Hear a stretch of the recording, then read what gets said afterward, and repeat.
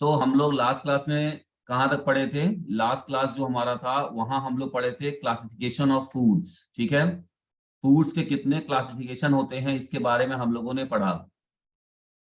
अब हम लोगों ने पढ़ा था कि केमिकल नेचर के हिसाब से फूड को कितने भागों में बांटा जाता है। उसके बाद हमने पढ़ा कि फंक्शंस की बेसिस पर मैंने आपको बताया था कि आपको ये याद रखना है, ये याद रखना है और ये याद रखना है। ये तीन जो बेसिस हमारे हैं, क्लासिफाइड किया गया फूड्स को, भोजन को इतने प्रकार से हमारे बॉडी में अलग अलग आधार पे अलग अलग बेसिस पे बांटा गया है। तो एक केमिकल इन नेचर्स में, और एक आपका फंक्शंस, कैसे बॉडी का अगर फंक्शंस जो फूड है वो फंक्शन के हिसाब से देखा जाए तो कितने प्रकार के फूड होते हैं उनके कार्य के हिसाब से, और एक बाई मास मतलब कि कितना न्यूट्रिएंट्स कौन सा ज्यादा जरूरी होता है, मैक्रो एंड माइक्रो। ठीक है, ये तीन बहुत ज्यादा आपको याद रखना है। चलिए स्टार्ट करते हैं आज का सेशन, और आज हम लोग पढ़ेंगे उसी के आगे, that is nutritive and non nutritive components of diet. ये न्यूट्रिटिव और नॉन न्यूट्रिटिव का मतलब क्या होता है? देखिए, हम जो भोजन लेते हैं ना, उसमें कुछ ऐसे भोजन होते हैं जिसमें हमें पोषक तत्व मिलते हैं, और कुछ ऐसे होते हैं जिसमें हमें भोजन पोषक तत्व नहीं मिलते हैं, लेकिन फिर भी वो हमारे डाइट के पार्ट होते हैं। ठीक है, फिर भी वो क्या होते हैं? हमारे डाइट के एक पार्ट होते हैं, लेकिन उनसे हमारा कोई भी न्यूट्रिशन नहीं मिलता है। अच्छा, तो फिर क्यों हम उसको लेते हैं भोजन में? कोई बताएगा? वो नॉन न्यूट्रिटिव कंपोनेंट्स में जैसे हम क्या क्या रख सकते हैं, ये भी क्वेश्चन पूछा जाता है आपसे। तो नॉन न्यूट्रिटिव कंपोनेंट्स में जैसे आपका वाटर। ठीक है, आपने एक सुना होगा कंपोनेंट जिसका नाम है रफेज। किसी ने सुना है रफेज? रफेज को हम फाइबर्स कहते हैं। जो रेशेदार चीजें हम लोग खाते हैं ना, उसमें हमारा मोस्टली फाइबर्स होता है जो डाइजेशन में हेल्प करता है। ठीक है, किस में हेल्प करता है? डाइजेशन में हेल्प करता है। तो इसलिए कुछ वैसी भी चीजें होती हैं जिनसे हमें कोई न्यूट्रिशन नहीं मिलता है, लेकिन फिर भी हम उसे अपने डाइट में इंक्लूड करते हैं। ठीक है, तो हमारा जो न्यूट्रिशन मतलब कि जो हमें पोषक तत्व देते हैं, जिनका पोषक हमारे बॉडी में बहुत जरूरी है, और कुछ ऐसे हैं जो नॉन न्यूट्रिटिव होते हैं।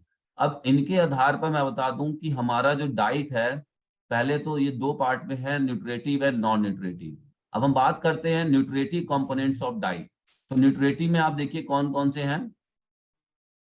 सबसे पहला होता है, दो प्रकार की न्यूट्रिशन होती है न्यूट्रिटिव में होते हैं, एक macro nutrients and micro nutrients. ये क्लासिफिकेशन आपको पता होना चाहिए, वेरी इंपॉर्टेंट है ये। आजकल यहां से क्वेश्चन पूछता है कि मैक्रो न्यूट्रिएंट्स में कौन कौन से पोषक तत्व शामिल होते हैं, तो आपको पता होना चाहिए कार्बोहाइड्रेट है, फैट्स है और प्रोटीन है। ये तीनों क्या है आपके? Nutritive components of. तो ये सारे हैं ही हैं, ये दोनों ही आपके न्यूट्रिटिव होते हैं। माइक्रो में कौन कौन सा इंक्लूड होता है? विटामिन होता है और मिनरल्स होता है। ठीक है, ये देखिए छोटा सा चार्ट मैंने यहाँ बनाया है। इस चार्ट से ये होगा कि आपको क्लासिफाई करने में, इनका वर्गीकरण करने में और समझने में बहुत हेल्प मिलेगा। अब बात करते हैं non nutritive components of diet. अगर कोई यूजीसी की भी तैयारी कर रहा है तो इस चार्ट को देख लेगा तो उसका थोड़ा सा अच्छा हो जाएगा। ठीक है, यहाँ पर सारी चीजें समझ में आपको आ जाएंगी। और मैं जैसा कि बार बार बोलता हूँ कि जो केवीएस है, DSSB है, इन सब परीक्षाओं में जो थोड़े डीप क्वेश्चन आते हैं, कॉन्सेप्ट से क्वेश्चन आते हैं, उनके लिए भी ये वाला चार्ट आपका हेल्प करेगा। तो हो सकता है कि आपके एग्जाम में ये क्वेश्चन ऐसे दे दे। ठीक है, जैसे इसमें से पूछ दे कि कौन से इसमें से non nutritive components of diet है, तो आपको वाटर दे देगा, फाइबर दे देगा, बाकी आपको कार्बोहाइड्रेट, फैट्स और विटामिन या मिनरल्स ऐसे लिख के दे देगा। तो इस तरीके से आपको इसमें छांटना पड़ेगा कि कौन सा है और कौन सा नहीं है। तो देखिए, वाटर जो होता है वो नॉन न्यूट्रिटिव है। फाइबर्स मैंने आपको बताया। कलर कंपाउंड, जैसे हम कुछ, जैसे कोल्ड ड्रिंक वगैरह पीते हैं किसी फ्लेवर में, या कुछ ऐसा चीज खाते हैं, है ना, तो कलर उसमें आपने देखा होगा, तो वो कलर क्या हमें कोई न्यूट्रिशन देता है? उस कलर से हमें कोई न्यूट्रिशन नहीं मिलता है, कलर से नहीं मिलता है। कोल्ड ड्रिंक से आपको कैलोरी मिलेगी, वहां न्यूट्रिशन है। फ्लेवर कंपाउंड, कोई फ्लेवर कंपाउंड, कोई फ्लेवर ले रहे हैं किसी चीज का, जैसे बहुत सारे आजकल हम लोग ड्रिंक्स वगैरह लेते हैं। ठीक है, कौन से ड्रिंक, जैसे हम लोगों ने लेमन लिया, ऑरेंज लिया, है ना, एप्पल लिया, आजकल एपी फीज आपने सुना होगा। तो ये सब फ्लेवर कंपाउंड भी होते हैं। एक होता है प्लांट कंपाउंड। प्लांट कंपाउंड का मतलब यहाँ पर आपको बता दूं मैं, जैसे पेड़ों वगैरह से, जैसे होता है ना, जैसे गांजा वगैरह लोग पीते हैं या फिर तंबाकू खाते हैं, तंबाकू वगैरह, तो वो प्लांट, तो उससे कोई एनर्जी थोड़ी नहीं मिलती या कोई न्यूट्रिशन थोड़ी नहीं मिलता है। एंड अदर केमिकल्स में भी आते हैं जो कि हमें नॉन न्यूट्रिशन के कैटेगरी में आते हैं। बट हमें नॉन न्यूट्रिटिव पे बहुत फोकस नहीं करना है, बस ये जानना है कि कौन कौन से आते हैं। आपसे पूछेगा तो दो नाम हमेशा याद रखिएगा, एक वाटर और एक रफेज। ठीक है, ये दो चीजें आप जरूर याद रखिएगा, ये पूछा जाएगा। हम ज्यादातर मोस्टली बात करेंगे न्यूट्रिटिव कंपोनेंट्स, मतलब जो हमें पोषक तत्व देते हैं वो कौन से पोषक तत्व होते हैं। तो उस पोषक तत्व को देने से पहले भी दो पार्ट भागा गया है, एक माइक्रो एंड मैक्रो। तो मैक्रो में कार्बोहाइड्रेट, फैट्स, प्रोटीन, और माइक्रो में विटामिन एंड मिनरल्स। ठीक, अब देखिए कार्बोहाइड्रेट के दो पार्ट होते हैं, कौन कौन से होते हैं? Simple carbohydrate, complex carbohydrate. उसी तरीके से फैट्स के भी दो पार्ट होते हैं, saturated fat, unsaturated fat. Proteins भी होते हैं, इसको मैं आगे बताऊंगा, फर्दर आपको बताऊंगा आगे कहाँ कहाँ होते हैं। अब विटामिन जो होते हैं हमारे, विटामिन के भी देखिए दो भाग होते हैं या दो पार्ट कह सकते हैं, water soluble vitamin and fat soluble vitamin. ठीक है, तो ये दो तरह की विटामिन होती है। और मिनरल्स जो होते हैं हमारे, इनके भी दो पार्ट होते हैं, मैक्रो मिनरल्स एंड माइक्रो और ट्रेस एलिमेंट कहते हैं इनको। ठीक है, कभी कभी आपसे ये पूछेगा, मैं भी आगे इसको डिस्कस करूंगा लॉन्ग में, थोड़ा और अच्छे से आपको बताऊंगा, बट यहाँ पे थोड़ा सा क्लासिफाइड करके इजी किया है कि आगे की चीजें आपको अच्छे से समझ में आ जाए। तो चलिए आगे हम लोग स्टार्ट करते हैं। Classification of the food on the basis of quantity and mass. तो कौन सी हमें ज्यादा जरूरत होती है उस हिसाब से हम डिवाइड करते हैं न्यूट्रिशन को। सबसे पहला होता है मैक्रो, जिसका कि अमाउंट ज्यादा चाहिए होता है। तो मैक्रो के नाम से ही आपको पता होना चाहिए कि मैक्रो मतलब जो चीजें हमें बॉडी में ज्यादा चाहिए उसे हम मैक्रो में रखते हैं। और माइक्रो मतलब जिसका अमाउंट बहुत कम हमारे बॉडी को नीड होती है, जिसकी जरूरत हमें बहुत कम पड़ती है, ऐसे पोषक तत्व जिनकी जरूरत हमें बॉडी को कम होती है उन्हें हम माइक्रो एलिमेंट्स कहते हैं, माइक्रो न्यूट्रिएंट्स कहते हैं। तो मैक्रो में हम लोग बात करेंगे कार्बोहाइड्रेट, फैट्स और प्रोटीन की, और माइक्रो में विटामिन एंड मिनरल्स की। एक नंबर आपका यहां से पक्का है, एग्जाम में आएगा। ठीक, अब मैंने बोला था आपसे फंक्शन, अगर हम फूड को फंक्शन के अकॉर्डिंग बांटा जाए तो फंक्शन के अकॉर्डिंग हमारे जो फूड है वो दो पार्ट से होते, तीन पार्ट होते हैं। एक होता है प्रोटेक्टिव फूड। प्रोटेक्टिव फूड में हम किसको किसको रखते हैं? विटामिन को और मिनरल्स को। ठीक, और अगर बात करें बॉडी बिल्डिंग में किसको रखते हैं, तो प्रोटीन को रखते हैं। और एनर्जी यील्डिंग में किसको रखते हैं? मोस्टली जो आपका एनर्जी यील्डिंग होता है वो होता है कार्ब। हमने शॉर्ट में बताया आपको, कार्ब या कार्बोहाइड्रेट भी बोलते हैं, और फैट। ठीक है, तो ये आपको पता होना चाहिए कि ये जो है ये फंक्शंस की बेसिस पर, भोजन कार्य के आधार पर तीन भागों में डिवाइड हो जाता है। एक प्रोटेक्टिव, मतलब रक्षात्मक के तरीके से कौन सा हमारे बॉडी में भोजन का तत्व काम करता है। बॉडी बिल्डिंग मतलब हमारे बॉडी को बिल्ड करने में, उसको बनाने में, ग्रोथ कराने में किस भोजक तत्व का या न्यूट्रिशन का काम पड़ता है, न्यूट्रिएंट्स का काम पड़ता है। और एनर्जी देने के लिए कौन कौन से पोषक तत्व हैं, ये देखिए मैंने यहाँ पे लिख रखा है। मैक्रो एंड माइक्रो का क्या मतलब होता है ऊपर मैंने आपको बता दिया। जिसकी जरूरत कम पड़े वो हमारा क्या है? सूक्ष्म पोषक तत्व होता है, जिसे हम क्या कहते हैं? माइक्रो कहते हैं। और मैक्रो मतलब वो जो पोषक तत्व जिसकी आवश्यकता हमें ज्यादा होती है। तो ये जो एनर्जी देने वाले, अगर आप चाहे तो इनका ट्रिक बना के याद कर सकते हैं कि जो एनर्जी दे रही है, एनर्जी मतलब कैलोरी दे रही है, वो सारे आपके मैक्रो में आएंगे। जैसे कार्बोहाइड्रेट, प्रोटीन और वसा, ये क्या है? ये एनर्जी दे रहे हैं। ठीक है, ठीक है, आइए आगे बात करते हैं। तो ये मैक्रो एंड माइक्रो आपने देख लिया। अब हम लोग बात करेंगे कार्बोहाइड्रेट की। ठीक है, तो कार्बोहाइड्रेट होता क्या है? कार्बोहाइड्रेट आपकी एनर्जी का सबसे मुख्य सोर्स होता है। मतलब जो भी आप एक्टिविटी करते हो, ठीक है, तो आपकी बॉडी, आपकी मसल्स को, है ना, कोई भी एक्टिविटी या कोई भी मूवमेंट करते हो तो उस दौरान आपके बॉडी को क्या चाहिए होती है? एनर्जी चाहिए होती है। तो वो एनर्जी आपके कार्बोहाइड्रेट से ही मिलती है।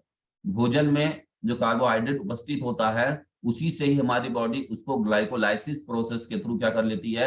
अपने बॉडी में स्टोर कर लेती है। मसल्स उसको अपने एटीपी के फॉर्म में स्टोर कर लेते हैं। ठीक है, लेकिन ये कन्वर्ट किया जाता है एनर्जी। डायरेक्ट जो हम खाना खाते हैं ना, वो खाना खाने से ही डायरेक्ट एनर्जी नहीं आती बॉडी में। अब उस खाने में कई सारे अलग अलग केमिकल कंपाउंड होते हैं। तो जो कार्बोहाइड्रेट वाला पार्ट होता है वो कार्बोहाइड्रेट वाला पार्ट ही एनर्जी बनाने का काम करता है, ठीक है। It is a mainly made up of 3 elements. तो जो कार्बोहाइड्रेट का अगर हम केमिकल संरचना में बात करते हैं तो उसमें 3 केमिकल फॉर्म पाए जाते हैं, कार्बन का, हाइड्रोजन का और ऑक्सीजन का। कैसे पता? देखिए, आप यहां से ले लीजिए कार्ब, तो आपका पहला एलिमेंट कार्बन हो गया। हाइड्रोजन, देखिए हाइड्र का मतलब क्या हो गया? हाइड्रोजन। और एडेट्स का मतलब हो गया ऑक्सीजन। तो ये मतलब कि आपके कार्बोहाइड्रेट में ये 3 एलिमेंट्स पाए जाते हैं। और the ratio of carbon, hydrogen and oxygen is 1:1:1। ये भी क्वेश्चन पूछा गया है, इसको याद रखेंगे, इंपॉर्टेंट है। Approx about 50 to 60% of the total energy in our body foods comes from the carbohydrate। हमारे शरीर का लगभग जितना भी एनर्जी खर्च होता है उसमें से 55 से 60% एनर्जी कौन प्रोवाइड करता है? खाने में जो उपलब्ध आपकी कार्बोहाइड्रेट है वो प्रोवाइड करती है, ठीक है। और अगर हम ऑक्सीडेशन करते हैं 1 ग्राम कार्बोहाइड्रेट का, अगर बॉडी में 1 ग्राम कार्बोहाइड्रेट मिलता है तो 17 किलो जूल, और हम कह सकते हैं कि 4.1 किलो कैलोरी। ये इंपॉर्टेंट है, इसको याद रखिएगा। ये कई बार एग्जाम में पूछा गया है कि 1 ग्राम कार्बोहाइड्रेट कितना कैलोरी देता है, तो 4.1 किलो कैलोरी देता है, ठीक है। 4.1 आपको ये याद रखना है। कहीं कहीं 4 भी आएगा तो डायरेक्टली आपको 4 भी लगा सकते हैं, वो भी सही है। तो बस आपको कार्बोहाइड्रेट के बारे में इतना ही समझना है कि ये एक एनर्जी देने वाला फूड है। इसी से हमारे बॉडी की सारी ऊर्जा, ठीक है, बनती है, जो हमारे भोजन में उपलब्ध होती है, ठीक है। अब हम लोग आगे बढ़ते हैं। अब हम देखते हैं there are 2 types of carbohydrate. एक होता है सिंपल कार्बोहाइड्रेट और दूसरा होता है कॉम्प्लेक्स कार्बोहाइड्रेट। पहले हम बात करेंगे सिंपल कार्बोहाइड्रेट। सिंपल क्यों बोला गया? इसमें क्या होता है, जब इसका हम लोग भोजन लेते हैं तो कुछ कार्बोहाइड्रेट के जो हमारे सोर्सेज होते हैं वो बहुत सिंपल फॉर्म में पहले से ही मौजूद रहते हैं, जिनको आसानी से हमारा बॉडी केमिकल प्रोसेस के थ्रू, एंजाइम के थ्रू उसको ब्रेक डाउन कर देता है और आसानी से हमारे बॉडी में वो एनर्जी प्रोवाइड कर देते हैं। उसका जो क्या मतलब कि फूड से एनर्जी कन्वर्ट होने का जो प्रोसेस है वो थोड़ा सा सिंपल होता है, इसीलिए हम उसे सिंपल कार्बोहाइड्रेट कहते हैं। समझ में आ रही है बात? ये क्या मैं बताना चाह रहा हूँ सिंपल कार्बोहाइड्रेट में? जैसे कोई भी मीठी चीज अगर हम खाते हैं तो उसका उससे हमको एनर्जी मिलना, उसमें केमिकल प्रोसेस बहुत कम होता है, उसे बहुत कम प्रोसेस करनी पड़ती है और वो तुरंत और क्विक एनर्जी बनाकर हमारे बॉडी में एनर्जी प्रोवाइड कर देते हैं, ठीक है। समझ में आ रही बात? और तो अब मैं बता रहे simple carbohydrates are called simple sugars. ये शुगर के फॉर्म में पहले से ही मौजूद होते हैं, जैसे sugar is found in a, ठीक है, sugar is found in a fruit, vegetables and milk and also give food a sweet taste. Simple carbohydrate contains glucose, ठीक है। हमारे बॉडी में देखिए भोजन जो कार्बोहाइड्रेट है वो कार्बोहाइड्रेट पहले ग्लूकोज में कन्वर्ट होगा, ठीक है। ग्लूकोज में कन्वर्ट होता है, डायरेक्ट हो जाता है, इसमें कोई ज्यादा प्रॉब्लम नहीं होती है। जो भी सिंपल चीजें होती है, जैसे मीठी चीजें जो भी आप सोर्स लेते हो वो ग्लूकोज में होगी। अगर हमने कोई फल खाया है उसमें कुछ मीठा है तो वो फ्रक्टोज में कन्वर्ट हो जाता है, गैलेक्टोज में कन्वर्ट, अभी हम आगे बताएंगे, इसका भी चैनल बताऊंगा कि कैसे कैसे होता है। सुक्रोज होता है, लैक्टोज होता है और माल्टोज होता है। और सिंपल कार्बोहाइड्रेट में आपको बता दूं कि ये सिंगल बाउंड होते हैं, मतलब इनके जो केमिकल होते हैं वो सिंगल होते हैं, तो उनको ब्रेक डाउन करने में हमारे केमिकल बॉडी के प्रोसेस को बहुत ही कम मेहनत करनी पड़ती है, इसीलिए इनको हम सिंपल कार्बोहाइड्रेट कहते हैं। कॉम्प्लेक्स कार्बोहाइड्रेट में क्या होता है? Complex carbohydrate also known as polysaccharide, ठीक है, which are found by the 3 or more sugar maker longer chain sugar than simple carbohydrate, ठीक है। कॉम्प्लेक्स कार्बोहाइड्रेट आर फाउंड, चलिए इसको समझते हैं आगे कैसे।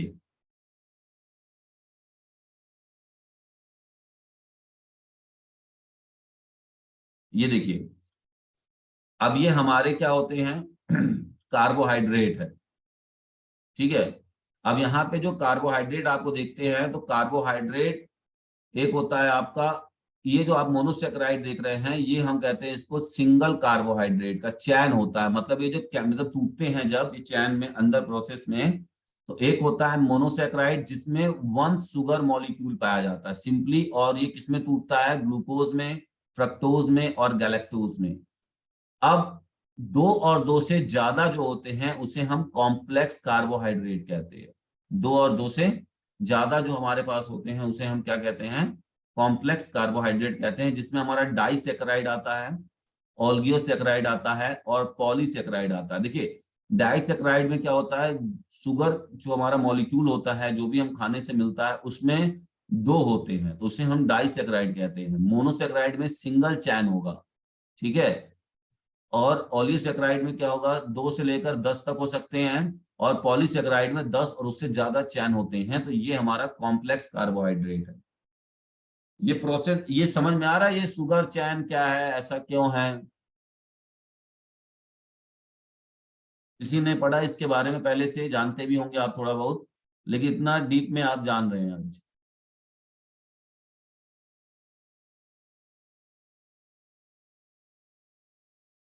जी सर। तो देखिए जो वन सिंगल मॉलिक्यूल होता है शुगर का, वो आपका क्या होता है? मोनोसेक्राइड। मोनोसेक्राइड के अंदर क्या होते हैं? ग्लूकोज होता है, फ्रक्टोज होता है और गैलेक्टोज होता है। बस आपको ये जानना है। और ये जो तीनों आप देख रहे हैं, ये तीनों आपका कौन सा है? Complex carbohydrate. अब देखिए कॉम्प्लेक्स कार्बोहाइड्रेट का प्रोसेस थोड़ा सा लंबा होता है, क्योंकि उसमें शुगर के जो चैन होते हैं, मतलब एक बात आप भी समझिए कि शुगर का चैन यहाँ पे क्यों बताया जा रहा है। एक होता है सिंगल चैन, मतलब कि ये सिंपल फॉर्म में होगा तो डायरेक्टली ग्लूकोज इससे निकाल लिया जाता है बॉडी से ग्लाइकोलाइसिस प्रोसेस के थ्रू, ठीक है। इनकी एनर्जी तुरंत कन्वर्ट कर दी जाती है, ग्लूकोज में बदल दिए जाते हैं। डाइसेक्राइड, ऑल्गियोसेक्राइड और पॉलीसेक्राइड, इन तीनों में क्या होते हैं? चैन ज्यादा बड़े होते हैं, इसलिए इनसे एनर्जी लेने में या इनको ग्लूकोज में कन्वर्ट करने में बहुत ज्यादा टाइम लगता है, ठीक है। इसीलिए इनको हम कॉम्प्लेक्स कार्बोहाइड्रेट कहते हैं। अब हम आगे पढ़ेंगे सोर्स, कौन सा सोर्स हमारा है, ठीक है। कौन से सोर्स हम इनको करते हैं। तो इसमें आपका देखिए क्या आता है, अगर हम बात करेंगे कॉम्प्लेक्स कार्बोहाइड्रेट में, तो इसमें जैसे आपने गेहूं लिया, ठीक है, चावल है, ये सब चीजें हैं आपका, इनसे एनर्जी लेने में थोड़ा सा अलग होता है। लेकिन मोनोसेक्राइड के जो होते हैं सिंपल वाले, ये कोई भी मीठी चीज आप जब खाते हो, कोई भी मीठा आप खा सकते हो, उससे क्या होता है शुगर में पहले से ही कन्वर्ट होते हैं, मीठे फॉर्म में होते हैं, तो उनसे आप आसानी से तुरंत एनर्जी ले सकते हो और तुरंत एनर्जी में कन्वर्ट हो जाते हैं, उनका प्रोसेस लंबा नहीं होता है। लेकिन ये सब पचने के लिए केमिकल प्रोसेस में थोड़ा सा टाइम लगता है, ठीक है। तो ये जो गेहूं चावल और बाकी चीजें जो आप लेते हो, उनसे उनके अंदर जो कार्बोहाइड्रेट होते हैं उनको डाइजेस्ट होने में थोड़ा सा टाइम लगता है, ठीक है। बस ज्यादा नहीं समझना है इसमें, आपको मैं बता दूं मोटा मोटा, अगर आप टीजीटी लेवल पे जाना चाहते हैं तो आपको क्या क्या समझना है। पहले तो आपको ये समझना है कि 4.1 किलो कैलोरी देता है 1 ग्राम कार्बोहाइड्रेट। हमारे बॉडी का 55 से 60% जो होता है वो हमारा कार्बोहाइड्रेट में होता है, ठीक है। आज तक जल्दी पूछा नहीं गया है कि ये कितने कौन से कॉम्प्लेक्स होते हैं, कौन से सिंपल होते हैं, बस ये मैं आपके नॉलेज के लिए थोड़ा सा बता रहा हूँ, ठीक है। सिंपल है, बस आप जानिए कोई भी मीठी चीज होती है जो क्विक एनर्जी दे सकती है, और इनके सिंगल चैन होते हैं, जिसके एक नाम आप याद रखिएगा, मोनोसेक्राइड फॉर्म में होते हैं ये, ठीक है, जैसे मैंने नीचे बताया। और इनके होते हैं 2 या 3 अलग अलग फॉर्म में होते हैं, जैसे डाइसेक्राइड, ठीक है। इसके बाद ऑल्गियोसेक्राइड, हालांकि ऑल्गियोसेक्राइड बहुत कम देखने को मिलता है, और पॉलीसेक्राइड ये आपको ज्यादा देखने को मिलेगा कहीं भी। तो ये आपको याद रखना है, ये ज्यादा इंपॉर्टेंट है। अब हम लोग समझते हैं कार्बोहाइड्रेट के कुछ कार्य, क्या कार्य होते हैं इनके बॉडी में, फंक्शन क्या होते हैं। तो it act like a fuel of body. जैसे आप गाड़ी चलाते हैं या फैन चलाते हैं या कुछ भी चलाते हैं, तो उसके लिए आपको एनर्जी चाहिए, तो हमारे बॉडी में जो फ्यूल का काम करती है वो कार्बोहाइड्रेट काम करती है। It provide energy to the body, ठीक है। It helps for muscles contraction. क्यों? कार्बोहाइड्रेट से मसल्स कॉन्ट्रैक्शन का क्या रिश्ता है? कार्बोहाइड्रेट से मसल का रिश्ता ये है कि आपकी जो एनर्जी आपने कार्बोहाइड्रेट लिया है वो आपकी बॉडी में पहले ग्लूकोज में कन्वर्ट होगी। देखिए कैसे कन्वर्ट होगा, ये ग्लाइकोलाइसिस प्रोसेस होता है, उसके थ्रू होता है, केमिकल आता है। फिर अगर आपका क्विक एनर्जी बना तो ग्लूकोज में होगा, आपने यूज नहीं किया तो फिर ये ग्लाइकोजेन के फॉर्म में, आपने सुना होगा ग्लाइकोजेन, ठीक है, ग्लाइकोजेन के फॉर्म में कन्वर्ट हो जाएगा और ये आपके मसल्स में स्टोर रहेगा। मसल्स में स्टोर होता है यही कार्बोहाइड्रेट आपका एटीपी के नाम से, आपने सुना होगा। एटीपी का मतलब होता है एडिनोसाइन ट्राइफॉस्फेट, जो कि क्विक एनर्जी या एनर्जी करेंसी बोली जाती है मसल्स की। जब भी ये मसल्स को कॉन्ट्रैक्ट कराते हैं तो एटीपी एनर्जी का होना बहुत जरूरी है, और यही आपका जो आपने कार्बोहाइड्रेट लिया है, यही आपका कार्बोहाइड्रेट पहले ग्लूकोज बनता है, फिर ग्लाइकोजेन बनेगा, और फिर आपकी मसल्स में स्टोर रहता है। अच्छा, एक्स्ट्रा अमाउंट जो ग्लाइकोजेन की होती है वो कहाँ स्टोर होती है? कुछ तो मसल्स में हो जाते हैं। अब कुछ मसल्स की भी एक लिमिट होती है, मसल्स के बाद वो दूसरा कहाँ पे स्टोर होते हैं? लीवर में स्टोर हो जाते हैं, ठीक है। तो जैसे ही हमारे मसल्स वाले एनर्जी खत्म हो जाएगी तो फिर लीवर से वहां से फिर, अब देखिए जब मसल्स को फिर से एनर्जी चाहिए होगी तो फिर से वो अपना प्रोसेस स्टार्ट करेंगे, जो पहले ग्लाइकोजन के रूप में थे अब ग्लाइकोजन से ग्लूकोज में कन्वर्ट होंगे और फिर एनर्जी में कन्वर्ट होंगे। इस तरीके का ये चैन प्रोसेस होता है, ठीक है। तो carbohydrate need for formation of the fats, आपको बता दूं कि अगर यही जो ग्लाइकोजन आपके लीवर में पड़ा हुआ है और आपने इसका इस्तेमाल नहीं किया तो ये धीरे धीरे फैट में कन्वर्ट हो जाता है, यही फैट बनने लगता है। एक्स्ट्रा अमाउंट ऑफ जो भी आपने ग्लाइकोजन को अपनी बॉडी में स्टोर रखा है लीवर के रूप में, लीवर में, तो यही क्या होगा जब आपने इसका इस्तेमाल नहीं किया तो ये आपका फैट बन जाएगा, ठीक है। नेक्स्ट हम बात करते हैं, it helps to maintain body weight, ठीक है। अगर कार्बोहाइड्रेट को सही से इस्तेमाल किया जाए तो आपका बॉडी वेट कभी भी इंप्रूव या इंक्रीज नहीं होगी। सभी को क्लियर है या कोई दिक्कत है? क्लियर है सर। हाँ, देखिए ग्लूकोज और फ्रक्टोज का एक एक मॉलिक्यूल मिलके बनाता है सुक्रोज। ये थोड़ा सा लेवल टफ करेगा, जब आपका यूजीसी में जाएंगे तब इसको पढ़ लीजिएगा, इंपॉर्टेंट है। अभी सिंपल हमें नहीं लगता है कि ज्यादा इसमें से पूछेगा, बस आपको ये याद रखना है कि सिंपल में मोनोसेक्राइड होगा और कॉम्प्लेक्स में डाइसेक्राइड और पॉलीसेक्राइड होगा, ठीक है। ये मैंने नीचे दिया हुआ है, कुछ इंपॉर्टेंट चीजें दी हुई हैं, आप इसको एक बार देख लीजिएगा कि कितना, किस प्रकार की इंटेंसिटी आपकी रहेगी, तो किस प्रकार की आपको कैलोरी की रिक्वायरमेंट होगी बॉडी में, ठीक है। चलिए आगे बात करते हैं, कुछ मोस्ट इंपॉर्टेंट कार्बोहाइड्रेट के फैक्ट्स जान लेते हैं, बहुत इंपॉर्टेंट है। बॉडी में कार्बोहाइड्रेट की अधिकतम लीवर एंड द्वारा फैट में परिवर्तित किया जाता है, और शरीर में एडिपोज फैट किस रूप में हमारे बॉडी में स्टोर हो जाता है? फैट टिश्यू के रूप में, एडिपोज टिश्यू, ठीक है। कहाँ पे स्टोर होता है? देखिए पहले क्या होता है कि लीवर में ग्लाइकोजन आपका स्टोर था। जैसे मान लीजिए एग्जांपल में देता हूं आपको कि आपकी बॉडी को नॉर्मल जो सिंपल वर्क करते हैं 2400 कैलोरी चाहिए होता है पर डे के हिसाब से, आपने सुना भी होगा, सुना है ना, पर डे 2400 कैलोरी चाहिए होता है। जी सर। हमारे खाने का जो हैबिट है, हो सकता है कि उस हैबिट के दौरान हम 2600 कैलोरी ले रहे हैं, मतलब अमाउंट थोड़ा ज्यादा है कैलोरी का, और हमारी बॉडी सिर्फ 2400 कैलोरी ही यूज कर रही है, तो बाकी के 200 कैलोरी वो पर डे के हिसाब से कितना हो जाएगा? 10 दिन में 2000 कैलोरी हो गया, 30 दिन में कितना हो गया? वो 6000 कैलोरी हो गया। अब ये 6000 एक्स्ट्रा कैलोरी आप खर्च नहीं करेंगे तो यही कैलोरी आपके बॉडी में क्या बना देगा? फैट बना देगा। क्या कर देगा? फैट बनाएगा। और ये फैट कहाँ पे जमा होगा जाकर? ये ट्राइग्लिसराइड के साथ मिलकर एडिपोज टिश्यू के नीचे जमा होगा। अभी नवोदय विद्यालय में ये क्वेश्चन पूछा गया था कि फैट कहाँ स्टोर होता है, ठीक है, तो एडिपोज टिश्यू के नीचे स्टोर होता है, ये पूछा गया क्वेश्चन है, ठीक है। आइए आगे बात करते हैं। 1 ग्राम कार्बोहाइड्रेट कितना देता है? 4.1। अगर कहीं कहीं 4 भी होगा तो कंफ्यूज नहीं होना है, 4 भी एग्जैक्ट सही आंसर है। खिलाड़ी को लगभग 60 से 65% किसकी मात्रा चाहिए होती है? कार्बोहाइड्रेट की मात्रा चाहिए होती है, ठीक है, क्योंकि उसे ट्रेनिंग करनी होती है, एनर्जी ज्यादा उसका खर्च होता है। भोजन से जो प्राप्त ऊर्जा होती है उसे हम हीट्स के यूनिट में मानते हैं। हीट्स यूनिट क्या होती है?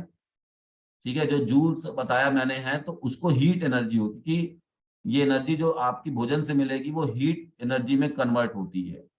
कैलोरी का ताप वह मात्रा है जो 1 ग्राम कैलोरी से 1 डिग्री तक पानी की मात्रा को बढ़ाता है। मतलब कि 1 ग्राम कैलोरी को डाइजेस्ट करने के लिए आपको 1 डिग्री सेल्सियस तक का टेम्परेचर बॉडी का चाहिए होता है।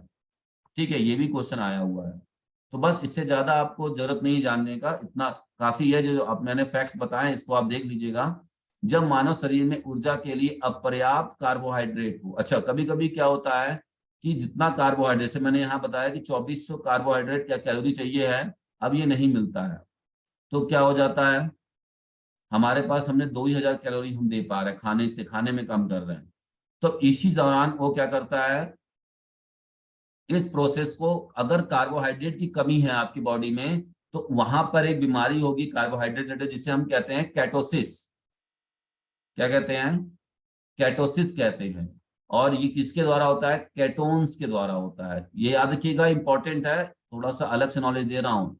ठीक है, कार्बोहाइड्रेट की जो पर्याप्त मात्रा, अगर अपर्याप्त मात्रा आपकी बॉडी, अपर्याप्त मतलब कि जितना होना चाहिए कार्बोहाइड्रेट, मैंने बताया कि 55 से 60% तक की एनर्जी आपकी कौन देगी, कार्बोहाइड्रेट। लेकिन आप उतने एनर्जी इससे कार्बोहाइड्रेट से नहीं लेते हो, या अपने बॉडी में कार्बोहाइड्रेट की मात्रा कम लेते हैं भोजन में, तो वहां पर कैटोसिस प्रॉब्लम होगी आपको, कैटोसिस। ठीक है, बॉडी में पतलापन आने लगेगा।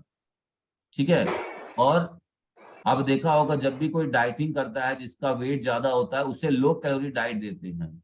लो कैलोरी डाइट का मतलब होता है कि उसमें कार्बोहाइड्रेट, उसके डाइट में कार्बोहाइड्रेट की मात्रा को कम कर देते हैं, और जो उसके बॉडी में पहले से फैट स्टोर होता है उसे बर्न करके, ठीक है, केटोन्स के रूप में उसकी वेट को कम किया जाता है। ये सब बहुत डीप चला जाएगा, आपको इतना जरूरत नहीं जानने का। बस ये समझिए कैटोसिस जब होगा, ये भी एक बीमारी है। किसकी कमी से, कार्बोहाइड्रेट की अपर्याप्त मात्रा लेने से, यानी कि कमी से। अपर्याप्त मतलब कि कमी से। बस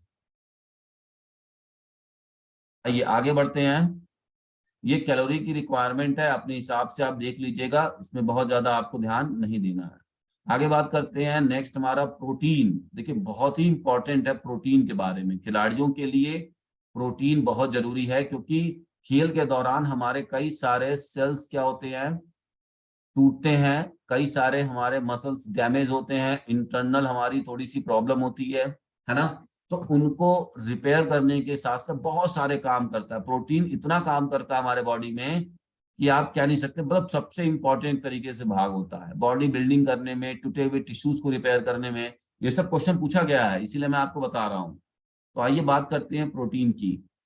the term protein is given by Brazilians. ठीक है, ये जो टर्म है ये ब्राजीलियंस के द्वारा दिया गया है, जो ब्राजील के लोग थे उन्होंने इस टर्म का यूज किया, ब्राजील। ठीक है, proteins are the basic structure of the living cell. जो भी हमारे लिविंग ऑर्गेनिज्म या सेल्स होते हैं उनका सबसे मूलभूत चीज है प्रोटीन, क्योंकि आपने सुना होगा प्रोटीन से ही सेल बना है, प्रोटीन वॉल होता है, प्रोटीन उसके अंदर होते हैं। This are a complex organic compound. Basic structure of protein is a chain of amino acid. देखिए मैंने आपको बताया कि कार्बोहाइड्रेट का, ठीक है, जो सबसे सिंपल फर्स्ट फॉर्म कौन सा होगा कार्बोहाइड्रेट का, बताइए। हाँ, carbohydrate glucose. Sugar sir.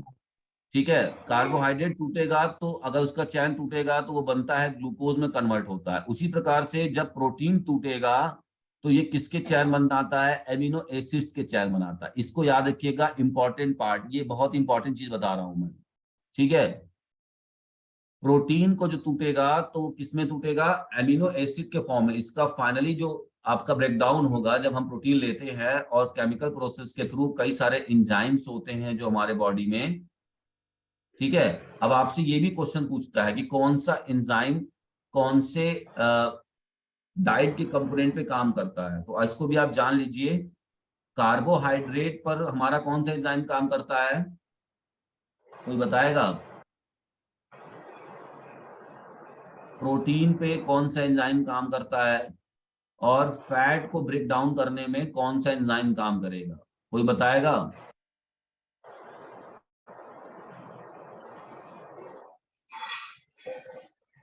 Trypsin, यहाँ पे आएगा आपका amylase, ट्रिप्सिन, माइलेज कौन सा आएगा? ट्रिप्सिन। यहाँ पे आएगा लाइपेज, माइलेज और ए में आएगा आपका एमाइलेज। amylase. ठीक है, तो ये आपको पता होना चाहिए कि इन तीनों को ब्रेक डाउन करने के लिए हमारे यही एंजाइम निकलते हैं। ठीक है, लेकिन हर एंजाइम का अलग अलग काम होता है और अलग अलग फूड पार्टिकल्स को, केमिकल को तोड़ते हैं। तो एमाइलेज जो है वो कार्बोहाइड्रेट को ब्रेक डाउन करता है, ट्रिप्सिन होता है जो प्रोटीन को कार्य करता है, लाइपेज जो होता है वो फैट्स को। यहां से भी डायरेक्ट क्वेश्चन आपके एग्जाम में पूछे जाते हैं। ये आपने पढ़, ये अगर आपके दिमाग में है तो 1 नंबर तो ये भी आपको दिला देगा।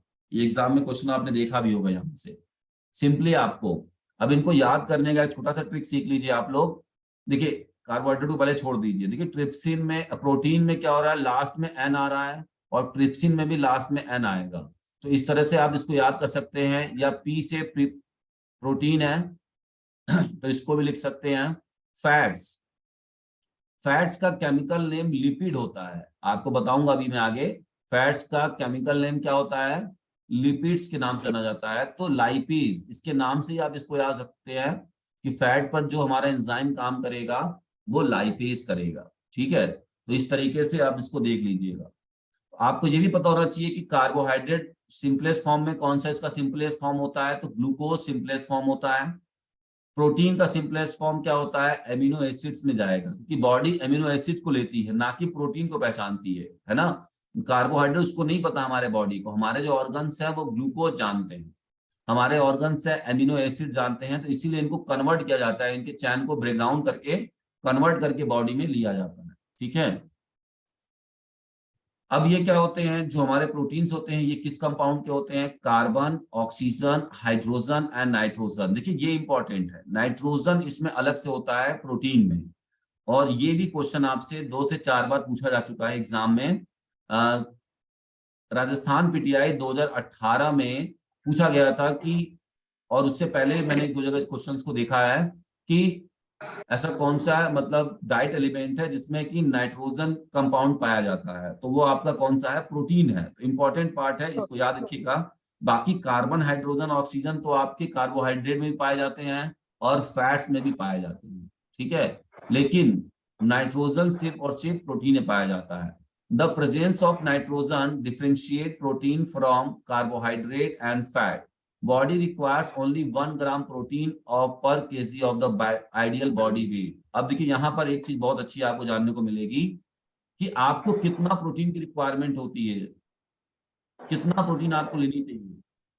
तो अगर नॉर्मल इंसान है जो बहुत ज्यादा काम नहीं करता है, ठीक है, उसे 1 ग्राम प्रोटीन अपने बॉडी वेट के अनुसार लेना चाहिए। जैसे अगर 60 किलो का है तो दिन भर में 60 ग्राम प्रोटीन उसे अपनी डाइट में लेनी चाहिए। 24 घंटे में 60 ग्राम प्रोटीन वो लेगा अगर उसकी बॉडी वेट 60 केजी है। ये नॉर्मल एक इंसान है जो दिनचर्या उसका नॉर्मल है। फिर ये डिपेंड करता है कि आपका कार्य कैसा है, उस हिसाब से आपको अलग मिलती है। कोई अगर स्ट्रेंथ डोमिनेटिंग स्पोर्ट्स में प्रतिभाग करता है, स्ट्रेंथ जहां पे ज्यादा चाहिए होती है, उस खिलाड़ी को 1.2, ठीक है, 1.2, ठीक है, ये यहाँ पे। तो मैंने लास्ट टाइम बताया था कि अगर एक नॉर्मल पर्सन है तो उसे 1 ग्राम प्रोटीन चाहिए होता है अगर पर केजी ऑफ बॉडी वेट। पर केजी ऑफ बॉडी वेट का मतलब होता है कि अगर उसका 1 किलो वेट है तो 1 किलो वेट पर 1 ग्राम कार्बोहाइड्रेट उसको लेना है। और अब वो जितने भी किलो का व्यक्ति होगा उसको उस हिसाब से डेली रिक्वायरमेंट होगी उतने ग्राम प्रोटीन की। ठीक है, ये नॉर्मल है। और ये किसके द्वारा दिया गया है? आरडीए के द्वारा। आरडीए क्या है? RDA ICMR, Indian council of medical research. ICMR का मतलब है Indian council of medical research. इसके अनुसार ये बताया गया है कि एक पर्सन है तो उसे कितना कैलोरी की रिक्वायरमेंट होती है। तो ये पुरुषों के लिए था। ठीक है, अगर हम बात करेंगे महिलाओं के लिए तो 0.8 ग्राम पर केजी ऑफ बॉडी वेट ये महिलाओं को चाहिए होगा। कितना? 0.8 ग्राम पर केजी ऑफ बॉडी वेट ये महिलाओं के लिए है, 1 ग्राम ये पुरुषों के लिए है। और अगर कोई स्ट्रेंथ डोमिनेटिंग स्पोर्ट्स में प्रतिभाग करता है, स्ट्रेंथ डोमिनेटिंग का मतलब होता है कि जहां पर आपको ताकत की जरूरत ज्यादा पड़ती है, ताकत वाली जो खेले हैं, ठीक है, या उसकी आप प्रैक्टिस करते हैं, है ना, तो वहां पर आपको ये पूरी बार 1.2 से 1.4 ग्राम पर KG of body weight protein आपको चाहिए होती है पर डे के हिसाब से। और जैसे सर वेट लिफ्टिंग हुआ, रेसलिंग हुआ, उसमें हाँ हाँ हाँ, स्ट्रेंथ डोमिनेटिंग स्पोर्ट्स मैंने बताया, मतलब वही ताकत वाले खेल जो भी होंगे वहां पर वो वाली चाहिए जी। आपको। नेक्स्ट बात करते हैं, 1 ग्राम प्रोटीन गिव्स 4.1 कैलोरी। देखिए जिस तरह से कार्बोहाइड्रेट भी 4.1 कैलोरी दे रहा था, उसी प्रकार से प्रोटीन भी आपका 4.1 कैलोरी प्रोवाइड करता है, अगर आप 1 ग्राम प्रोटीन को बॉडी में डाइजेस्ट करता है तो। ठीक है, तो कैलोरी वैल्यू कितना है ये आपको याद रखना है, तीनों के, फैट्स, प्रोटीन और कार्बोहाइड्रेट, तीनों का जो कैलोरी वैल्यू है 1 ग्राम पे पर 1 ग्राम, उसको आपको याद रखना है। यहां से डायरेक्टली क्वेश्चन आते हैं, ये वाला भी क्वेश्चन है, आपको इसको याद रख लीजिएगा। Approx 10 to 15% of our diet contains protein. It may be increased 35%. लगभग 10 से 15% जो डाइट का हमारा भाग है वो किसका होना चाहिए, प्रोटीन का होना चाहिए। लेकिन अब आप ये डिपेंड करता है कि अगर आप मेहनत वाला काम ज्यादा करते हैं, मेहनत माने कि फिजिकल वर्क ज्यादा करते हैं, तो आप अपनी डाइट में 35% तक इसको बढ़ा सकते हैं। और there are around 20 amino acid join together in varying sequence to from different kinds of protein. लगभग 20 प्रकार के अलग अलग एमिनो एसिड्स होते हैं। और ये वाला मैं बता दूं आपको, ये क्वेश्चन पूछा भी गया था। देखिए यहाँ पर आपका 2 प्रकार के जो हमारा एमिनो एसिड्स होते हैं, ये 2 प्रकार के होते हैं। मैंने बताया था ना कि प्रोटीन किस में भागेगा, प्रोटीन किस में ब्रेक डाउन होता है, तो एमिनो एसिड्स में होगा। और हमारे बॉडी को 2 प्रकार की एमिनो एसिड की जरूरत पड़ती है। ठीक है, कितने, 2 प्रकार के एमिनो एसिड की जरूरत पड़ती है, एक होता है नॉन एसेंशियल और एक होता है एसेंशियल। ठीक है, नॉन एसेंशियल और एसेंशियल में क्या डिफरेंस है, तो non essential amino acid are these can be synthesize in body, ये पहले से ही बॉडी में मौजूद रहते हैं। ठीक है, तो इसलिए हमें इनका रिक्वायरमेंट नहीं होता है, इसे हम कहते हैं नॉन एसेंशियल, जो पहले से ही बॉडी में मौजूद रहते हैं, प्रोटीन के एमिनो एसिड के फॉर्म में पहले से ही बॉडी में मिलते हैं, बॉडी खुद इनको बनाती है। एसेंशियल मतलब कि जो आपको अपने डाइट में बाहर से इनटेक करना पड़ेगा, आपको लेना पड़ेगा, वो हमारा क्या हो जाएगा, एसेंशियल एमिनो एसिड्स। ठीक है, तो आगे देखते हैं, इंपॉर्टेंट पार्ट है ये, थोड़ा सा जब डीप में क्वेश्चन जाएगा तो वहां से उठाएगा इसको, मैं बता देता हूं आपको। आपको बस याद रखना है कि कौन कौन से जो आपके एसेंशियल में आते हैं, कौन से आपके नॉन एसेंशियल में आते हैं। ठीक है, नॉन एसेंशियल वाले में आप देखिए, जैसे आपको ग्लूटामाइन रखना है, याद रखना है। ठीक है, बहुत ज्यादा नहीं और ध्यान देना है। इसमें आप लाइसीन याद रखेंगे, जो कि आपको बाहर से लेना पड़ेगा। ठीक है, ये बहुत इंपॉर्टेंट है लाइसीन, हालांकि सभी आपके बहुत इंपॉर्टेंट है, लेकिन ये सब चीजें आपसे पूछता है कि कौन से, कभी कभी आपको ये दे देगा नाम, लेकिन ये बहुत डीप में जाता है, तब ऐसे क्वेश्चन पूछता है। और अभी तक ऐसा पूछा नहीं गया है, तो don't take stress on your brain. Okay, आप अपने दिमाग पे ज्यादा इसको सोचिएगा कि नहीं याद हो रहा है तो हम नहीं क्वेश्चन कर पाएंगे, ऐसा कुछ नहीं है। आपको बस थोड़ा सा पता होना चाहिए कि कौन सा एसेंशियल में है, कौन सा नहीं है, एक बार रिवाइज कर लीजिएगा और बहुत ज्यादा इसकी जरूरत नहीं पड़ेगी। मैं आपको थोड़ा सा चीजें बता देता हूँ। ठीक है,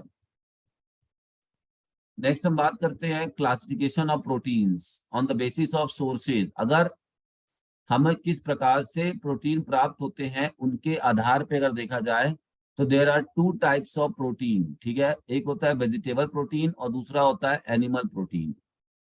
वेजिटेबल प्रोटीन क्या होती है, जिसको हम क्लास बी प्रोटीन भी कहते हैं, ये है प्रोटीन का classification on the basis of sources.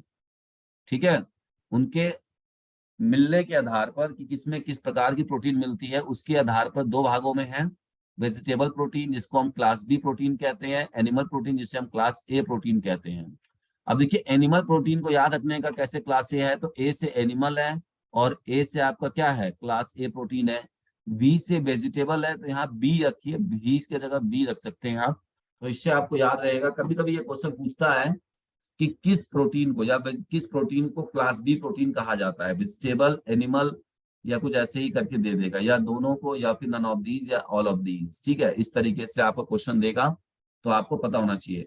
तो सिंपली यहाँ पे बात ये है कि इनका सोर्स क्या है। अगर हमें वेजिटेबल के द्वारा मिलते हैं, ठीक है, अगर हमें किसी वेजिटेबल के द्वारा जो प्रोटीन मिलता है हमारे बॉडी में, उसे हम क्या कहते हैं, वेजिटेबल प्रोटीन कहते हैं। जैसे क्या हो गया, सोयाबीन हो गया आपका, क्या हो गया, सोयाबीन हो गया, दाल हो गया, ग्राउंड नट्स हो गए, ठीक है, ड्राई फ्रूट्स हो गए आपके, फूड ग्रेन्स हो गए आपके। ये सारे चीजें क्या है, जो सूखे मेवे हैं, अनाज है, दाल है, मूंगफली है और सोयाबीन है, ये सब क्या है, ये सब आपके वेजिटेबल प्रोटीन के उदाहरण है। ब्रोकली में भी बहुत ज्यादा होता है, स्पाइनिच में देखिए कितना होता है, ये चीज बताई गई है। और नेक्स्ट हमारा एनिमल प्रोटीन, तो जो हमें एनिमल यानी कि मांस मछलियों से मिलता है, अंडे दूध से मिलता है, ठीक है, ये सब क्या हो जाती हैं आपके एनिमल प्रोटीन के सोर्स होते हैं। तो किस हिसाब से हमें मिल रहा है, किससे हमें मिल रहा है, सबसे बड़ी बात है कि किस चीज से हमें प्रोटीन मिल रहा है, उसे हम कहते हैं। उस हिसाब से यहाँ पर सोर्सेज के हिसाब से दो भागों में प्रोटीन को बांटा गया है। देखिए यहाँ मैंने चित्र भी दे दिया है, आप इसको एक बार देख लीजिएगा। Classification of protein on the basis of functions. अगर हम फंक्शन के हिसाब से देखें तो प्रोटीन हमारे बॉडी में किस हिसाब से कार्य करता है। देखिए प्रोटीन का बहुत सारा फंक्शन होता है बॉडी में।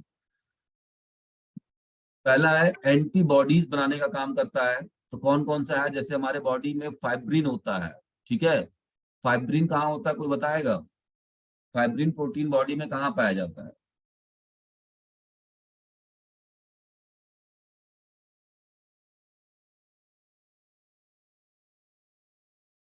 ब्लड में पाया सॉरी, जाता है।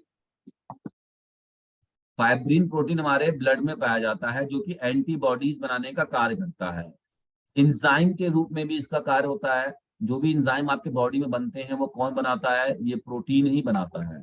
तो जैसे आपका कौन सा है, आरएनए और पॉलीमेरेज से अब जरूरत नहीं जानने का, हार्मोन्स। तो आपके बॉडी में एंडोर्फिन और इनकेफेलिन नाम की जो प्रोटीन मतलब जो होती है, वो आपका इन हार्मोन्स बनाने का कार्य करती है। तो देखिए कैसे हमारे बॉडी में प्रोटीन कार्य करता है, क्या क्या फंक्शन करता है, एंटीबॉडी बनाता है, एंजाइम बनाता है, हार्मोन्स बनाता है। मोटर प्रोटीन होती है। मोटर प्रोटीन का मतलब क्या है, मैंने बताया था मसल्स कॉन्ट्रैक्ट करता है। तो मसल्स कॉन्ट्रैक्ट कराने के लिए मसल्स के अंदर भी दो तरह की प्रोटीन होती है, एक एक्टिन प्रोटीन होता है और एक मायोसिन प्रोटीन होता है। एक्टिन और मायोसिन में क्या डिफरेंस है, मैंने बताया था ना, ये थिन फिलामेंट होता है और मायोसिन थिक फिलामेंट होता है। अभी आपको आगे जब मैं पढ़ाऊंगा मसल्स कॉन्ट्रैक्शन, तो वहां पर ये वाला टर्म आएगा। तो इन्हीं के कारण इन दोनों प्रोटीन मसल्स में मौजूद होते हैं और इन्हीं के कारण ही हमारे एक्शन पर, हमारे हिसाब से हमारा जो मसल्स है वो मुड़ता है, मूवमेंट होता है और करता है। एक्टिन और मायोसिन फिलामेंट ये भी प्रोटीन्स के बने होते हैं। जो भी रिसेप्टर्स है, जो भी मैसेज ट्रांसफर करने वाले होते हैं, ट्रांसमेम्ब्रेन वगैरह, वो भी प्रोटीन होते हैं उसमें। ट्रांसपोर्ट प्रोटीन जैसे आपका एल्बुमिन, ये देखिए इंपॉर्टेंट है। हीमोग्लोबिन, ये भी प्रोटीन होता है। हीमोग्लोबिन आपके ब्लड में होता है, जो कि ट्रांसपोर्टेशन प्रोटीन का काम करता है। कैसे ट्रांसपोर्टेशन का, ऑक्सीजन को बॉडी में ले जाना जहां जरूरत है और कार्बन डाइऑक्साइड को बाहर निकालना। तो ये भी हीमोग्लोबिन का काम होता है, ठीक है। इसीलिए हम इसको ट्रांसपोर्टेशन प्रोटीन कहते हैं। ये ट्रांसपोर्ट वाले प्रोटीन भी हमारे बॉडी में पाए जाते हैं। स्ट्रक्चरल प्रोटीन कौन से होते हैं, कोलेजन। कोलेजन कौन होते हैं, जो बोन आपका बनता है ना, बोन बोन जो होता है फॉर्मेशन, वो भी प्रोटीन का ही बना होता है। तो कोलेजन जो होता है वो आपके बोन स्ट्रक्चरल प्रोटीन कहा जाता है। और एक होता है स्टोरेज प्रोटीन। स्टोरेज प्रोटीन जैसे आपका एल्बुमिन। और मिल्क के अंदर कौन सा प्रोटीन होता है, कैसीन होता है। कौन सा होता है, कैसीन। ये पूछा जाता है आपसे, एक के अंदर एल्बुमिन होगा और मिल्क के अंदर कौन सा होगा, कैसीन होगा, ठीक है। तो बहुत ज्यादा आपको लग रहा है नहीं, ऐसा तो डीप पढ़ रहे हैं आप लोग। सही है, कोई ऐसी दिक्कत नहीं है सर, ठीक है। ओके, तो ये आपको थोड़ा सा पता होना चाहिए कि हमारे बॉडी में जो प्रोटीन है वो इतने प्रकार यानी 8 प्रकार से कार्य करता है। इसलिए बहुत ही इंपॉर्टेंट रोल होता है प्रोटीन का। और आपको बताता चलूं कि बहुत बार क्वेश्चन पूछा जाता है कि 14 साल तक के बच्चों को डाइट में किसकी मात्रा अधिक होनी चाहिए, तो प्रोटीन की मात्रा अधिक होनी चाहिए, ठीक है। 14 साल के बच्चों को डाइट में किसकी मात्रा अधिक होनी चाहिए, प्रोटीन की मात्रा। 14 साल के जितने उसके नीचे हैं, या आपसे 14 साल नहीं बोलेगा तो आपसे ये बोलेगा कि एडोलसेंस एज तक, या बोलेगा चाइल्डहुड तक बच्चों को कौन सी भोजन की मात्रा अधिक होनी चाहिए, भोजन में किस कंपोनेंट्स की मात्रा अधिक होनी चाहिए, तो ये सारे ही प्रोटीन होंगे क्योंकि बॉडी उनकी ग्रो कर रही होती है। ठीक है। और जब तक आप प्रॉपर प्रोटीन नहीं देंगे तो ना तो हार्मोन्स ठीक से होगा, ना तो एंजाइम सही से बनेगा, है ना, ये ना तो आपके मोटर रिसेप्टर्स, ये सारी चीजें आपकी अच्छी नहीं होंगी। So that's why protein is necessary. ठीक है। अभी हम बात करते हैं कि कभी कभी प्रोटीन का नाम पूछता है, उसके सोर्सेज पूछता है। तो मायोसिन जो होता है वो फिश से मिलता है। ठीक है। ग्लूटेन प्रोटीन जो होता है वो अनाज में मिलता है आपको, अनाज के अंदर जो प्रोटीन होता है वो ग्लूटेन प्रोटीन होता है। ग्लोबुलिन प्रोटीन आपका ब्लड में पाया जाता है। वाइटलिन प्रोटीन आपका एग यॉक, यॉक का मतलब होता है जो पीला वाला भाग आपके अंडे का होता है, उसे एग यॉक कहते हैं, जर्दी जिसे हम लोग हिंदी में कहते हैं। कैसिनोजेन प्रोटीन आपका दही और पनीर में मिलता है। एल्बुमिन प्रोटीन आपका व्हाइट पार्ट ऑफ एग। ठीक है। ये क्वेश्चन आपका यूपीएलटी 2018 में पूछा गया था कि एग में कौन सा प्रोटीन पाया जाता है, तो एल्बुमिन पाया जाता है। ये एल्बुमिन एक ब्लड में भी आपको देखने को मिलेगा। ठीक है, तो वहां परेशान नहीं होइएगा। ब्लड प्लाज्मा के अंदर एक सीरम भी होता है एल्बुमिन, यही मैंने बताया आपको। ठीक है। तो एल्बुमिन प्रोटीन की तरह कार्य करता है, जो कि सोर्स किसका होता है, एग पार्ट, जो व्हाइट पार्ट एग का होता है, अंडे का सफेद वाला भाग, उससे एल्बुमिन मिलता है और वो ब्लड प्लाज्मा में कार्य करता है। ठीक है। तो ये आप एक बार इसको देख लीजिएगा, ये थोड़ा सा इंपॉर्टेंट है। जो भी मैं इंपॉर्टेंट बताता हूँ एक नजर देखने लायक है और ध्यान में रखने लायक है। फंक्शन ऑफ प्रोटीन तो हमने पढ़ लिया ऊपर है, बहुत ज्यादा ध्यान में नहीं देना है। कुछ इंपॉर्टेंट पार्ट पढ़ लेते हैं प्रोटीन के। जैसे प्रोटीन शब्द ग्रीक भाषा के प्रोटीएस से लिया गया है, जिसका मतलब होता है प्रथम स्थान ग्रहण करने वाला। हालांकि ये कभी पूछा नहीं गया है, इंपॉर्टेंट जानकारी थी, एक फैक्ट था, इसलिए आपको बता दिया। प्रोटीन की खोज सर्वप्रथम 1838 में डच निवासी मूलर ने की थी। प्रोटीन शब्द को सर्वप्रथम ब्राजीलियस ने दिया था। प्रोटीन के दो उपनाम होते हैं, इसे हम बॉडी बिल्डिंग या body building block of the body के नाम से भी जानते हैं और नाइट्रोजन युक्त पदार्थ के नाम से भी जानते हैं, है ना। तो ये दोनों पूछा भी गया है आपके एग्जाम्स में, ये आए हुए हैं पीवाईक्यूज में, इंपॉर्टेंट है ये। 1 ग्राम प्रोटीन आपको 4.1 कैलोरी देता है। मानव शरीर के बनावट में प्रोटीन का कुल 17% अनुपात होता है ना। आपकी जो शरीर की बनावट है उसमें 17% भाग किसका है, प्रोटीन का होता है। That is a very important part. Deep में क्वेश्चन यहां से पूछ सकता है। प्रोटीन का अंतिम उत्पादन यूरिया में होता है, ये याद रखिएगा। अंतिम उत्पादन मतलब कि वो जब अमीनो एसिड में बढ़ जाता है, बॉडी में आ जाता है, उसका डाइजेशन करने के बाद लास्ट में तो यूरिया होता है उसका लास्ट। ठीक है। बचा हुआ जो अवशेष होता है प्रोटीन का, जितना इस्तेमाल कर लेती है बॉडी वो कर लेती है, तो बचा हुआ जो होता है वही आपका क्या होता है, यूरिया होता है। और यही आपका यूरिक एसिड बनाता है। और यूरिक एसिड ज्यादा होने से क्या होता है, आपके पेशाब में जलन भी होती है। दूसरी चीज क्या हो सकती है, आपके ज्वाइंट्स पेन और अर्थराइटिस की प्रॉब्लम बढ़ जाती है। जो भी लोग अर्थराइटिस, जिसको घुटने में ज्यादा दर्द होता है, वो देख सकते हैं अर्थराइटिस, जिसे हम गठिया रोग कहते हैं, उनके अंदर यही यूरिक की मात्रा बढ़, उन्हें प्रोटीन अपने डाइट में कम कर देना चाहिए। क्या करना चाहिए, कम कर देना चाहिए। ठीक है। यूरिक एसिड बढ़ने से आपका अर्थराइटिस की प्रॉब्लम जल्दी आएगी बॉडी में। एक वयस्क व्यक्ति को 1 ग्राम केजी ऑफ बॉडी वेट की आवश्यकता के हिसाब से हमें पर केजी बॉडी वेट की आवश्यकता से 1 ग्राम प्रोटीन पर डे चाहिए होती है। स्ट्रेंथ ट्रेनिंग वाले खिलाड़ियों को 1.4 से 1.8 भी चाहिए होती है। इंड्योरेंस वाले को 1.2 से 1.4 चाहिए होती है। ठीक है। अब लास्ट में जो सबसे इंपॉर्टेंट है कि अगर इसकी डिफिशियंसी हो जाए, बॉडी में कमी हो जाए प्रोटीन की, तो क्या प्रॉब्लम होगा। तो दो बीमारियां होती हैं, एक होता है क्वाशरकोर, ठीक है, और एक होता है मैरस्मस। दो बीमारियां हैं, इनका नाम याद रखिएगा, ये भी पूछा गया है एग्जाम में। हर जो भी आप डाइट पढ़ेंगे उस डाइट में आप ये जरूर याद रखेंगे कि इनकी कमी से होने वाले रोग। तो मैंने आपको ऊपर बताया था कि अगर कार्बोहाइड्रेट की मात्रा कम है तो उसे केटोसिस हो जाएगा, फिर वो आपके बॉडी के जो फैट वगैरह है ना उसको गलाना शुरू करेगा। अगर बॉडी में फैट नहीं है तो आपके ऑर्गन्स को खराब कर देगा वो, और उसी को हम कहते हैं केटोसिस। ठीक है। और हमारा अगला है फैट्स। फैट्स को हमने बोला है लिपिड्स। ये लिपिड्स का नाम याद रखिएगा, फैट्स कभी कभी ना देख के लिपिड्स के नाम से डायरेक्टली पूछेगा। तो आपको ये चीज याद रखनी है। Fats contain carbon, hydrogen and oxygen, ठीक है। फैट के अंदर भी सेम लाइक कार्बोहाइड्रेट की तरह ही केमिकल चेन पाए जाते हैं, बट ये थोड़ा डिफरेंट होता है क्योंकि इसके बहुत ही ज्यादा इसमें ग्लिसरीन और ट्राइग्लिसराइड और फैटी एसिड भी होता है, ठीक है। इस वजह से इनको ब्रेक डाउन करना बहुत मुश्किल होता है फैट को। फैट आर कॉम्प्लेक्स मॉलिक्यूल्स होते हैं जो कि कंपोज्ड होते हैं फैटी एसिड एंड ग्लिसरीन से। बताया था मैंने अभी आपको। ये सिंपली ये कार्बोहाइड्रेट की तरह होते हैं, बट ये थोड़े से कॉम्प्लेक्स इसलिए होते हैं कि ये आपका फैटी एसिड और ग्लिसरॉल भी होता है इसमें। Fats are not a primary source of energy, ये प्राइमरी सोर्स नहीं है। जब आपके पास कार्बोहाइड्रेट नहीं होगा तब आपके फैट से एनर्जी लिया जाएगा, तब फैट को बर्न करके एनर्जी लिया जाता है, कैलोरी खर्च किए जाते हैं, लेकिन प्राइमरी सोर्स नहीं है। इस बात पे याद रखिएगा, अगर प्राइमरी सोर्स ऑफ एनर्जी बोलेगा तो आपको कार्बोहाइड्रेट लगाना है, कार्ब लगाना है, क्योंकि वो इजिली हमारे बॉडी में जब जरूरत पड़ेगी तो डायरेक्ट वो ग्लूकोज में कन्वर्ट होके ग्लाइकोजन से हमारे बॉडी में इजिली ग्लूकोज एटीपी बनाकर हमारे मसल्स को प्रोवाइड कर देते हैं, लेकिन इनका ब्रेकडाउन होने में बहुत टाइम लगता है। इस वजह से 1 gram fats produce 9.1 calorie, sorry 9.3 calorie. इसको याद रखिएगा, बहुत ही इंपॉर्टेंट चीज मैं बता रहा हूँ। ये 9.3 कैलोरी या 9 भी कहीं कहीं आप देखेंगे तो भी ये सही है। तो सबसे ज्यादा जो कैलोरी देता है वो 1 ग्राम फैट आपका देगा, बट फैट को डाइजेस्ट करना बहुत मुश्किल होता है ना। इनके लिए फंक्शंस और चैन इनके ब्रेक डाउन करना बहुत मुश्किल होता है।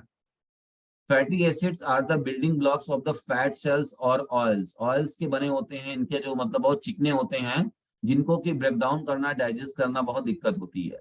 Total fat intake should be 20 to 30%। Diet में लगभग 20 से 30% हमें फैट का लेना चाहिए of calories for adults to meet daily energy and nutritional needs while minimising risk of chronic disease, ठीक है। इससे ज्यादा नहीं लेंगे, है ना।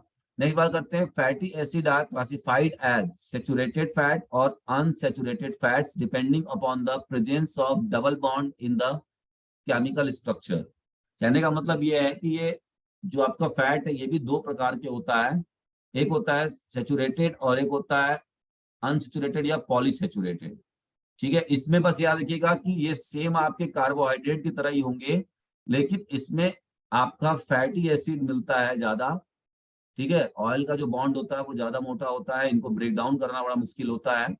और तो यही आपका जो सिंपल सैचुरेटेड होता है, ये सिंपल हम कह सकते हैं, ठीक है। Saturated fats which are also called animal fats, ठीक है, are associated with the increase health risk. अगर ज्यादा हो जाएगा तो ये क्या करता है,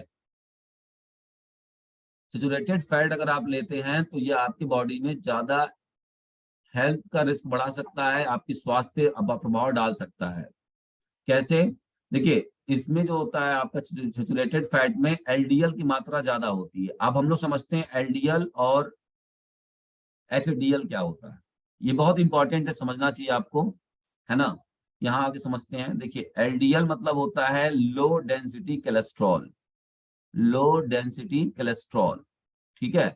ये कोलेस्ट्रॉल आपके बॉडी में लो डेंसिटी वाले बहुत ही खराब होते हैं, जिन्हें हम बैड कोलेस्ट्रॉल के नाम से जानते हैं। याद रखिएगा कि जो लो वाला है वो बैड कोलेस्ट्रॉल होता है, और जो एचडीएल होता है, एचडीएल, ये हमारा हाई डेंसिटी कोलेस्ट्रॉल होता है, ये अच्छा होता है, इसे हम गुड कोलेस्ट्रॉल के रूप में जानते हैं, ठीक है।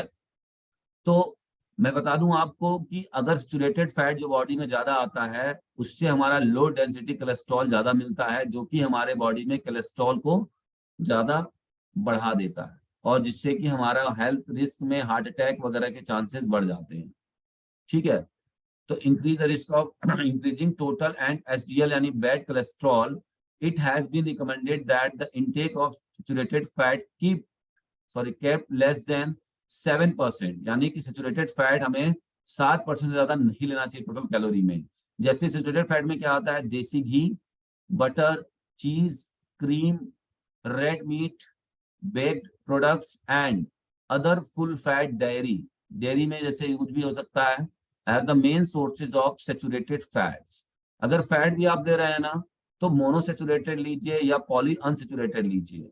मोनो अनसेचुरेटेड या पॉली सेचुरेटेड बस समझ लीजिए कि ये खराब होता है, सेचुरेटेड हमको लेना ही नहीं, ठीक है। मोनो अनसेचुरेटेड या poly unsaturated. Fatty acids are unsaturated fats, ये दोनों ही अनसेचुरेटेड होते हैं। When the replace saturated fats in the diet, they have to reduce blood cholesterol levels and thus lower the risk of heart disease. Canola, olive, peanut oil, palm oil, rice bran oils and other nuts, walnuts are rich monosaturated fats. अगर हम use भी करते हैं fat को तो इनके आप लीजिए, इनके बने तेल वगैरह का इस्तेमाल करिए, इनके तेल से बने हुए चीजों को आप इस्तेमाल करिए, जिससे क्या आपको होगा, आपका बॉडी में कोलेस्ट्रॉल कम जाएगा और आपको हार्ट वगैरह की प्रॉब्लम जो है वो नहीं होगी, ठीक है।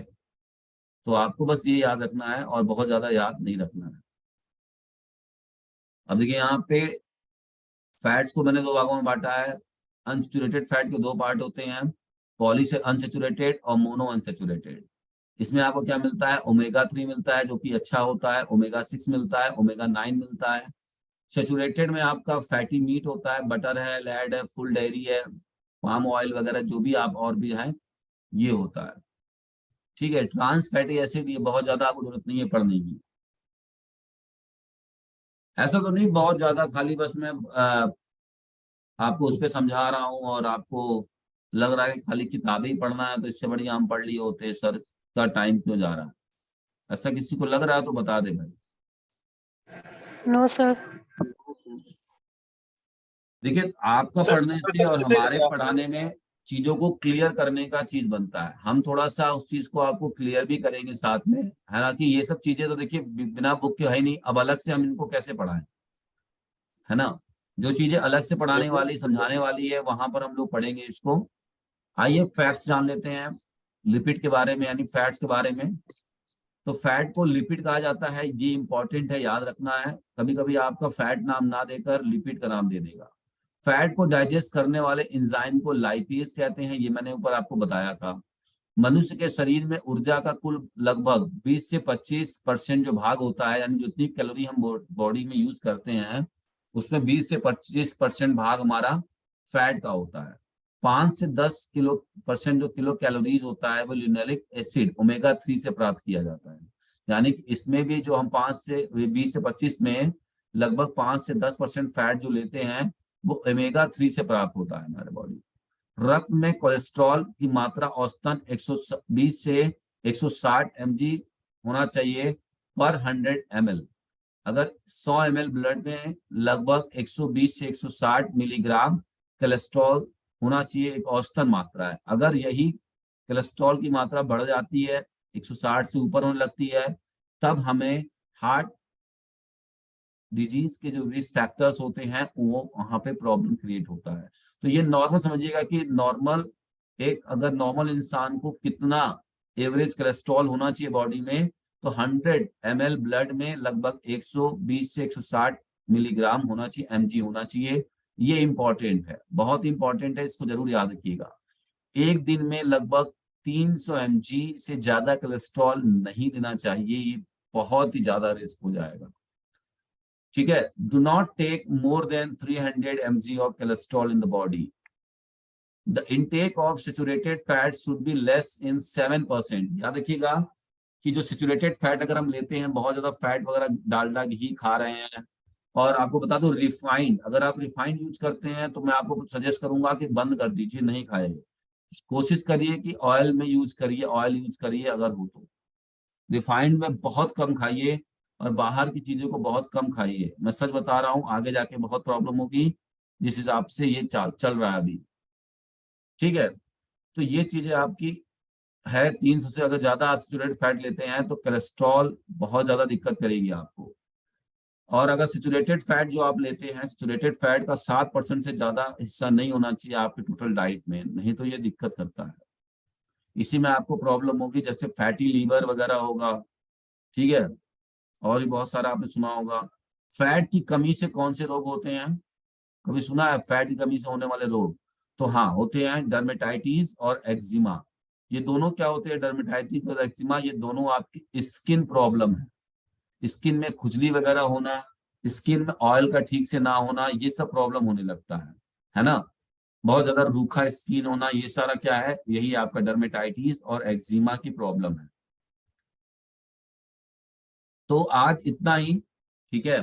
बाकी हम लोग कल पढ़ेंगे, और कल क्या मतलब जो नेक्स्ट क्लास होगा वहां पढ़ेंगे। दूसरी चीज मैं बताऊंगा आप सभी को कि हम लोग अब से 2 घंटे की क्लास लेंगे, क्योंकि कोर्स थोड़ा सा अगर आप जल्दी चाहते हैं तो एक दिन में ज्यादा टॉपिक कवर करने की कोशिश करेंगे। अगर कोई आपको बोरियत या कुछ ऐसा लगता है तो आप बताइएगा, क्लास को और अच्छा करने की कोशिश की जाएगी।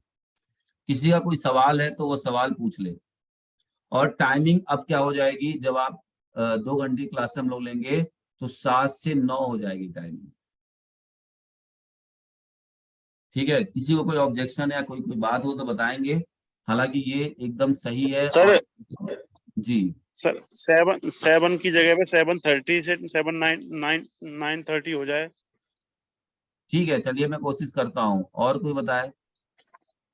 और सर अभी इसमें 2 घंटे की क्लास जैसे हो रही है, हाँ हाँ, ये अपना फरवरी मार्च फर्स्ट वीक तक ही हो जाएगा, फिर सिलेबस हो जाएगा अपना। उससे पहले हो जाएगा।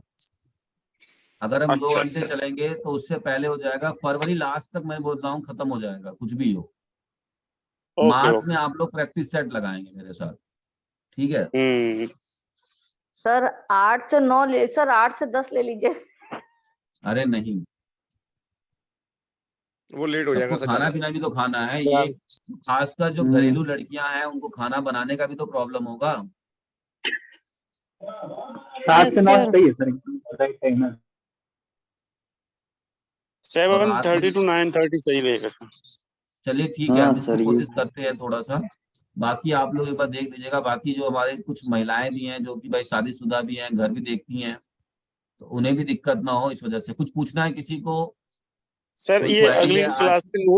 अगली क्लास के नोट्स व्हाट्सएप कर देना सर। मैंने, देखिए मैं इकट्ठा आपको भेजता हूँ पूरा 1 चैप्टर का, तो शायद मैंने भेजा हुआ है, एक बार आप देख लीजिए ग्रुप में। हेल्थ एजुकेशन का नोट्स मिला है कि नहीं सभी को? मिल गया सर। तो जी आप सर, ग्रुप मिल से गया। डाउनलोड कर लीजिए, एक बार उसको देख लीजिए। हेल्थ एजुकेशन का नोट्स मिला हुआ है, उसी में टॉपिक वाइज हम पढ़ाते चले जाएंगे। पहले आपको जब नोट्स मिला होगा तो पहले एक सिलेबस मिला होगा कि क्या क्या है, पहले क्या पढ़ना है, बाद में, तो उसे आप देख लीजिए, है ना। उसी के हिसाब से एक बार आप देख कर आइए। आप लोग देख कर आएंगे तो ज्यादा चीजें कवर होंगी, ज्यादा अच्छे से आपको समझ में भी आएगा, ठीक है। सर कोशिश करिए सर। सर संडे को टेस्ट होगा? हाँ ठीक है,